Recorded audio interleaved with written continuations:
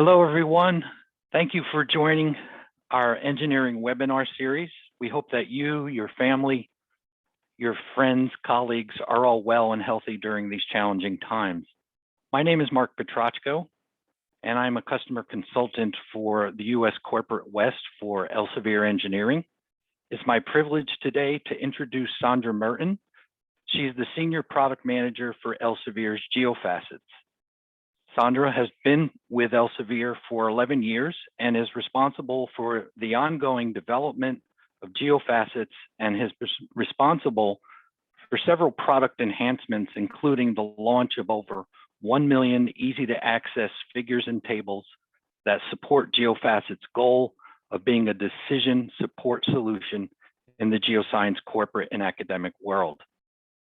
Sandra has a Master of Science in Structural Geology and Tectonics, and a PhD in Thermal Chronology and Tectonics from VU University in Amsterdam. Before we get started, I would like to launch a quick poll for you.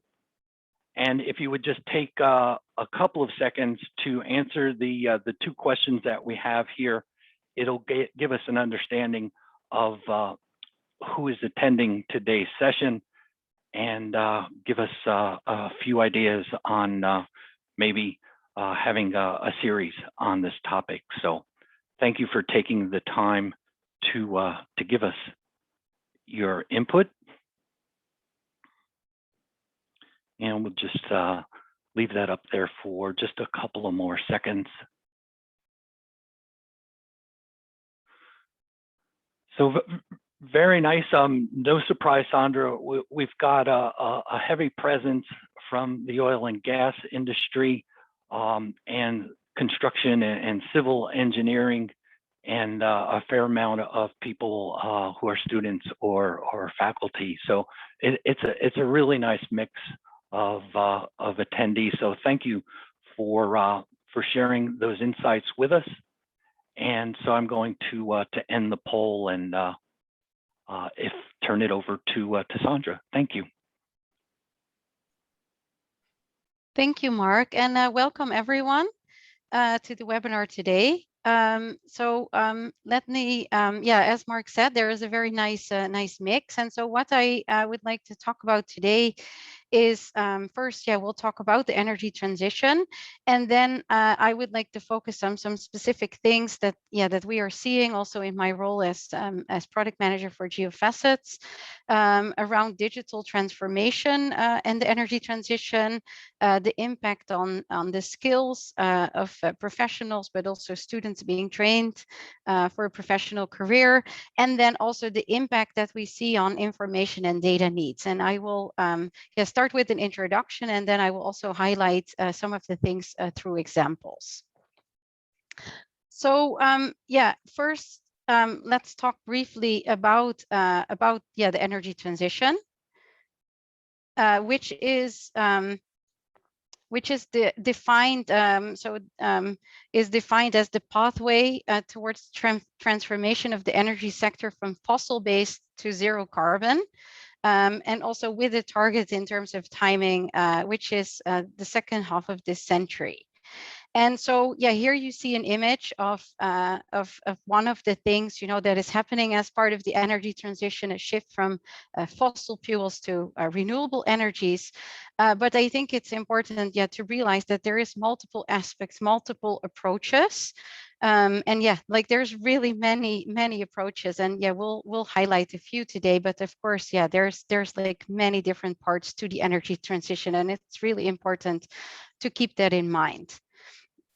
So what you see here is an overview of some of those things. So, and this is pointed out by many sources, the International Energy Agency, Restart Energy, and others, that there are really numerous approaches taking place in parallel, but also different companies approaching the energy transition in different ways.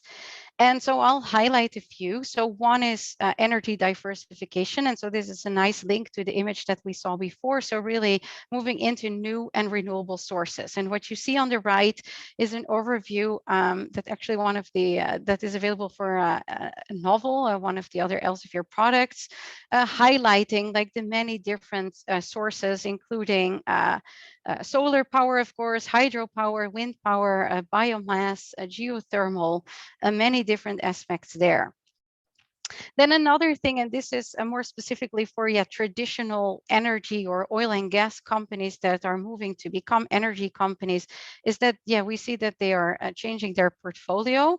It could range from making the most out of existing assets rather than exploring for new prospects, but also this involves the use of cleaner and more efficient hydrocarbons. So, for example, something that is happening a lot is also increasing the share of gas compared to oil, for example, and to coal.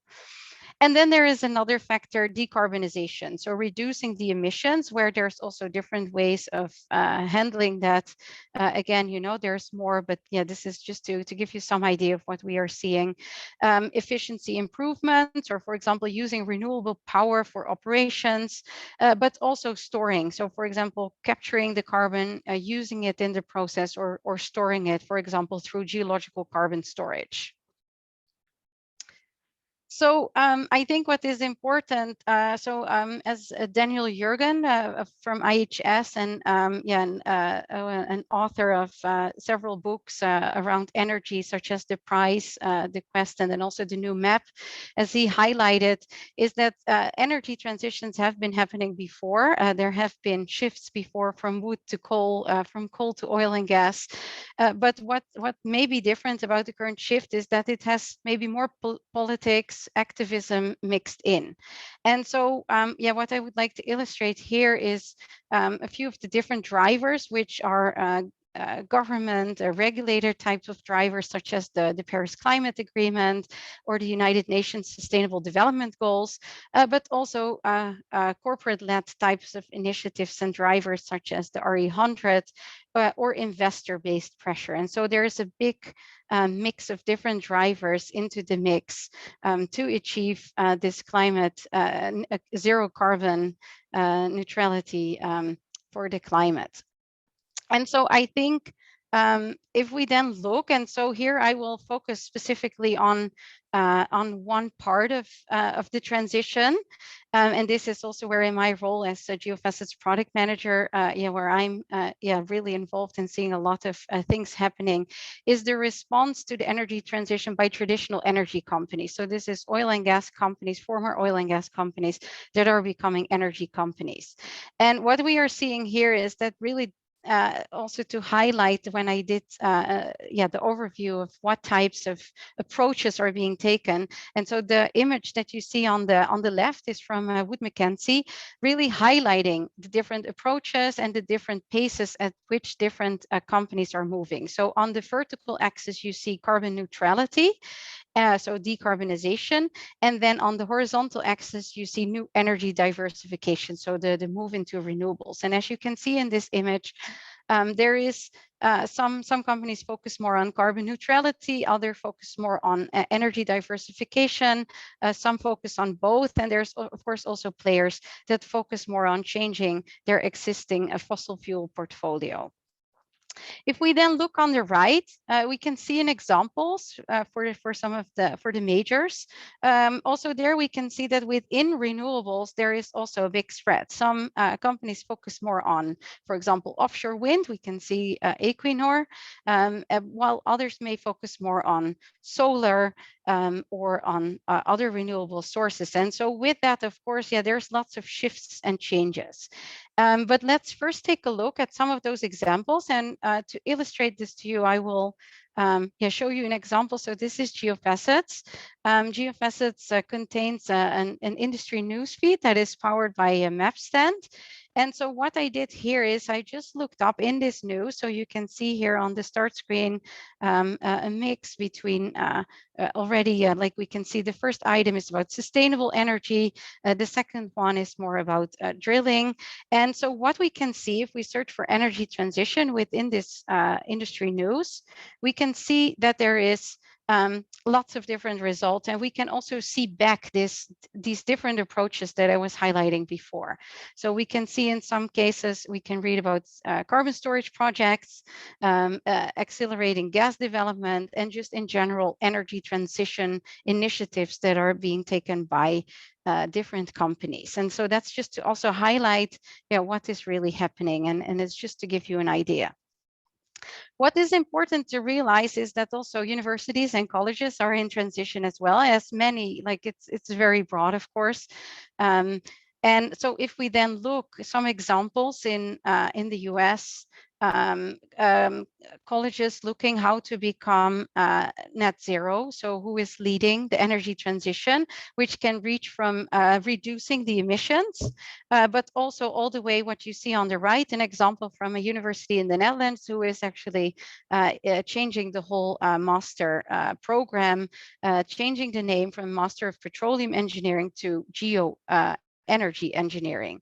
And so also there, a lot of transition happening. What we then see, and so we hear a lot from the people that we talk to, is also a digital transformation does play an important role. So in general, of course, digital transformation is another important trend that is happening. But with the transformation that is happening also in terms of energy transition, it's even more important. And so here you see from a report from IHS that 2/3 of the natural resource exploration professionals said that, for example, analytics is one of the most important capabilities for transforming their company. And what is interesting to see is if we then look at a survey that was carried out by Ernst & Young, pretty recent, about a year ago, that they identified actually a gap between the skills that they believe, so the survey respondents, that they believe the workforce needs to take the business forward, and then what is the maturity of those skills. So that's what you see here on this slide. So the dark blue is highlighting how critical the skills are, and then the light blue circles are showing what is actually the maturity of those. And as you can see here, there is quite a skills gap. To highlight a few, so this is again in the oil and gas sector specifically. If we look at digital engineering, for example, there is a 68% importance versus 31% maturity. If we look at data science as an example, 85% importance versus 23% maturity.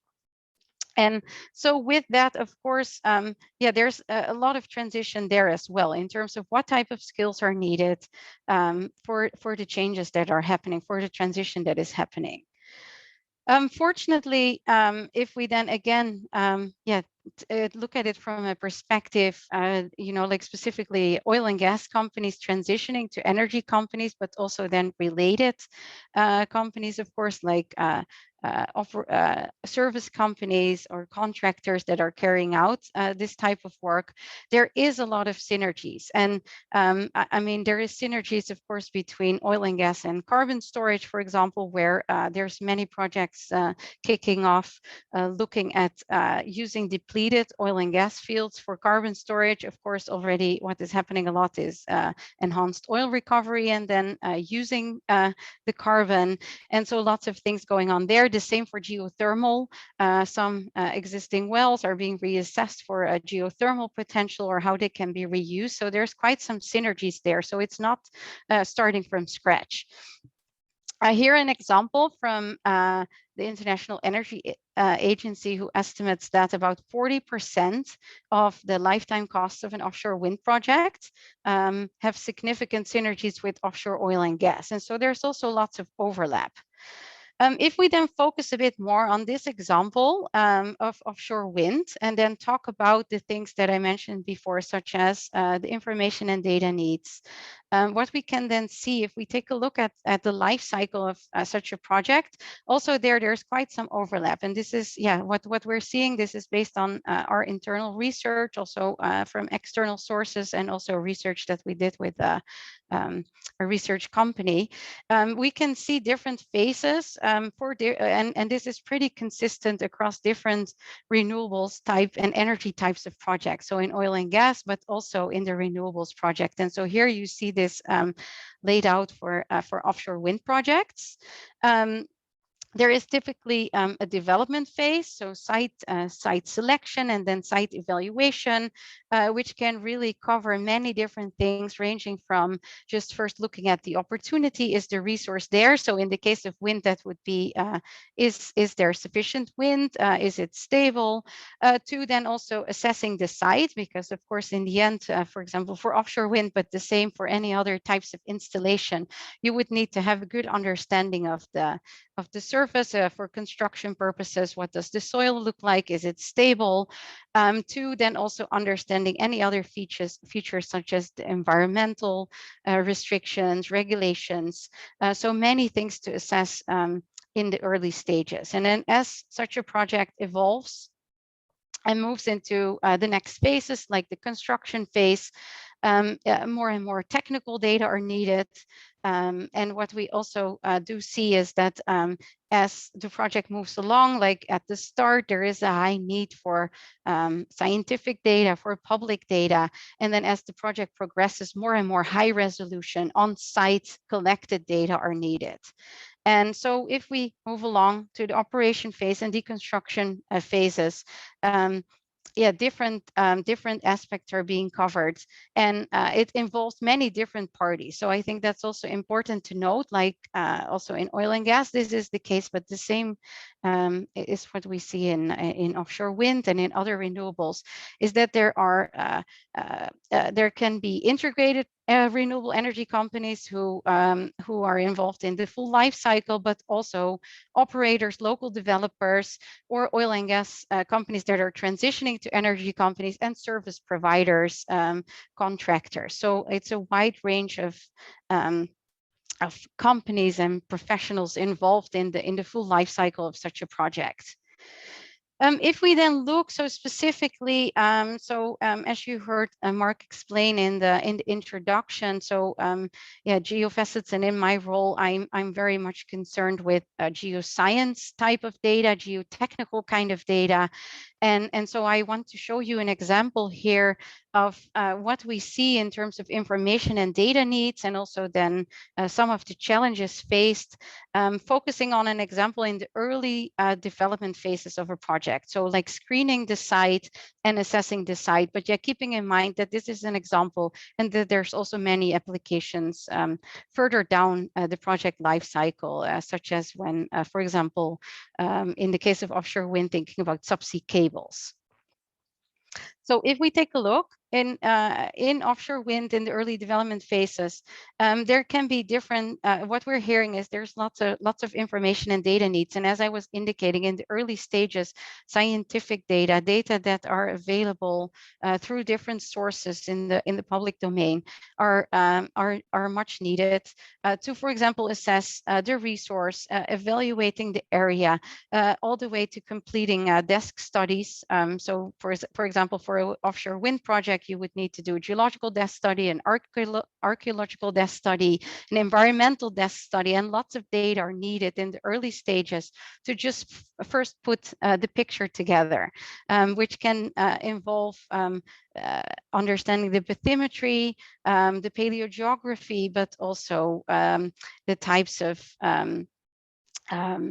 for example, the waves or the tides, really getting an understanding, and of course, like the wind directions, wind speeds.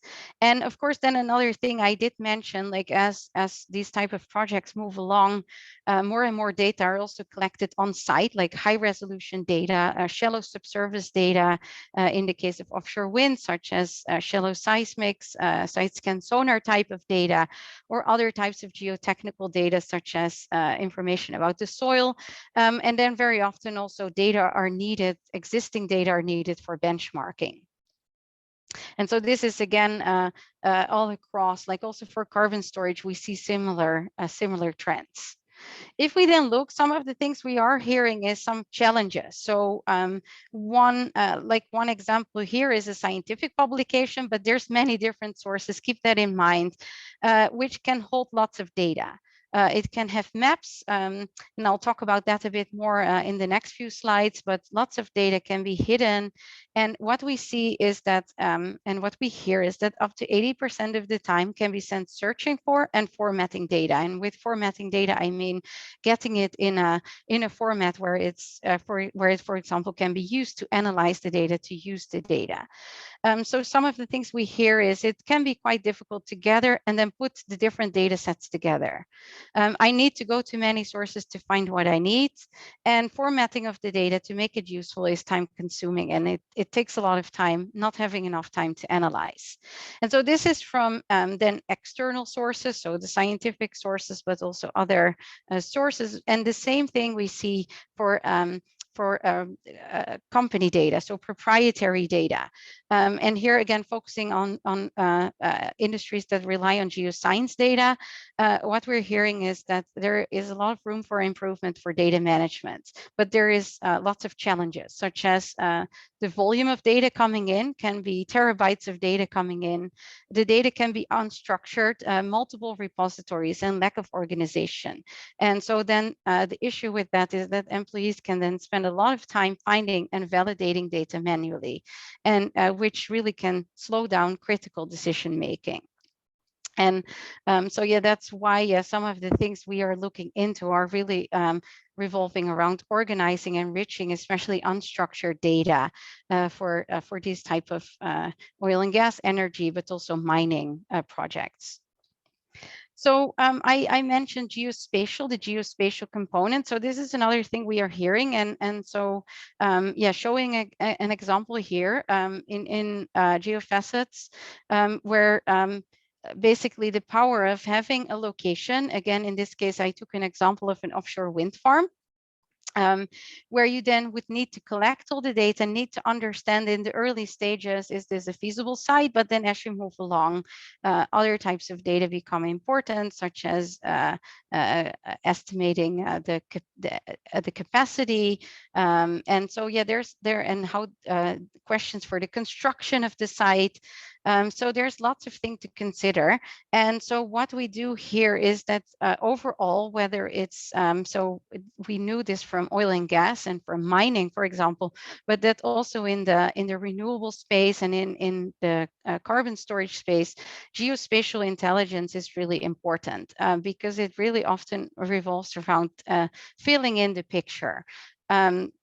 So what you see here on the left is an example of a project area, which could be that you start with just knowing the site, like where it is. And what you typically would want to do is then fill out and understand that area better, understanding, for example, shipping routes in the case of offshore wind, but it could also revolve around like other types of parameters in other types of projects.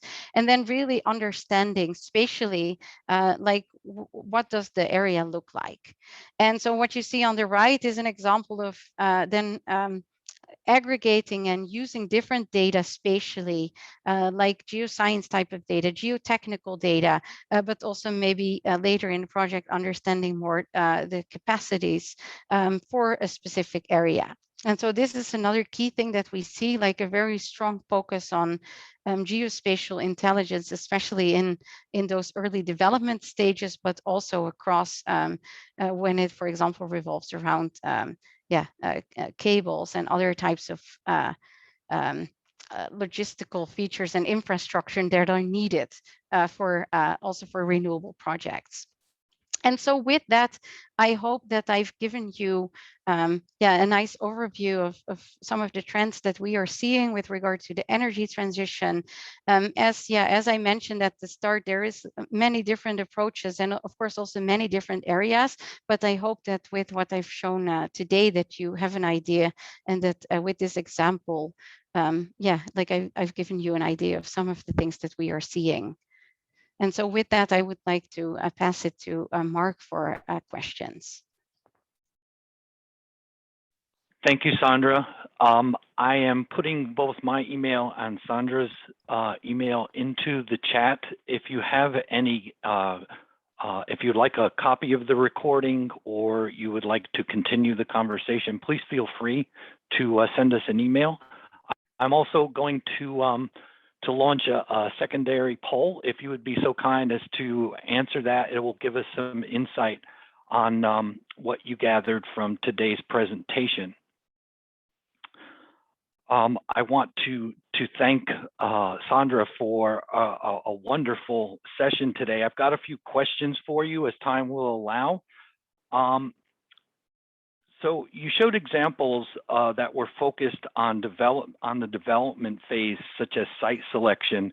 Can you say more about the next phase, like the project life cycle, and about the informational needs in the construction phase a little bit more than what you addressed earlier? Yes, good question. Yeah, so I think as I mentioned, I really highlighted based on an example, and especially because this is very relevant to what we are seeing. But of course, the full project life cycle involves many different phases and many different players. So I think what is important to keep in mind is what we see is that especially, and also, yeah, from an Elsevier point of view, is that especially in the early stages, there is a high needs for scientific data. And then as the project evolves, there is a more and more higher need for on-site data. And with that, I mean like collecting detailed survey data, but then also, for example, as the life cycle moves along in the construction phase, there is a lot of need for technical data to really do the right calculations and assessments for the construction. And then, of course, through the production phase, there is a high need also for monitoring. And yeah, especially that involves, of course, a lot of on-site data collection. And so that is one typical thing we see. And I think also, yeah, the types of data that are needed change across. So like, for example, in the early stages, it really involves, is the resource there? What does the site look like? And then as it moves along, the types of data needs change. Thank you. Got a couple of questions that came in through the chat. One is energy diversification nuclear is not mentioned. Was there a reason for that, or it was just we had 20 minutes to try and cover a lot of ground here? And then a similar question about hydrogen in not being addressed. Yes, good question. So I think it's that, right? Like we have 20 minutes, and yeah, we picked some examples, especially also from what we see. But yeah, like we do hear a lot, especially also actually from oil and gas companies. Like hydrogen is also one big thing that is is developing very quickly. Also the big discussions, of course, about the green hydrogen versus other types of hydrogen. So also definitely there we see a lot of things happening. But yeah, we had 20 minutes today. So yeah, a lot of that would really require more time to talk about all the different fields. Yeah, and just looking at the poll, the response to creating a series around this seems overwhelming. So I think we will have time to address other topics within this subject area. Another question from the student side of this.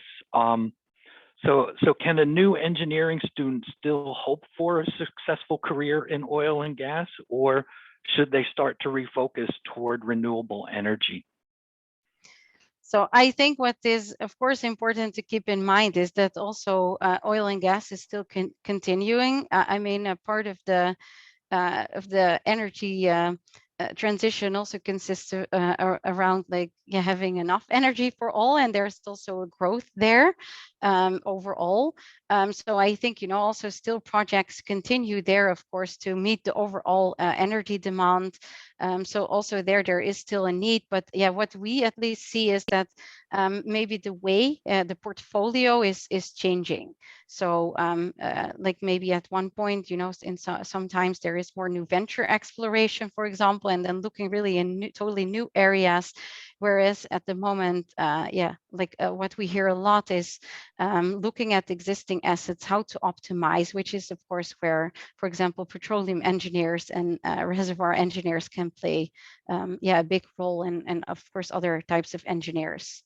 So I think there is still a play there, because also still fossil fuels at the moment are still needed to meet the total demand. But with that, there is this strong drive to either way, move to renewables, or at least offset then emissions through decarbonization initiatives. And then the last question, specifically for aviation and shipping, are there any practical alternative energy sources that would replace heavy crude oils or jet fuel? That's a really good question, but there, I would not know the answer to that question. Okay. So it's a really interesting question, but yeah. Well, thank you so much. Thank you to everyone for your time. We'll be coming out with a new schedule in the coming week of upcoming webinars. If you have ideas for topics you would like us to cover, please feel free to send me an email. I left my email in the chat. And I also just listed our YouTube channel that lists a recording of all the previous sessions that we've done across many engineering topics. But we do appreciate your time and attention today. And thank you so much, Sandra, for covering so much in this short period of time. But I have a strong feeling we're going to be hearing from you again. So thank you, everyone. Thank you, everyone.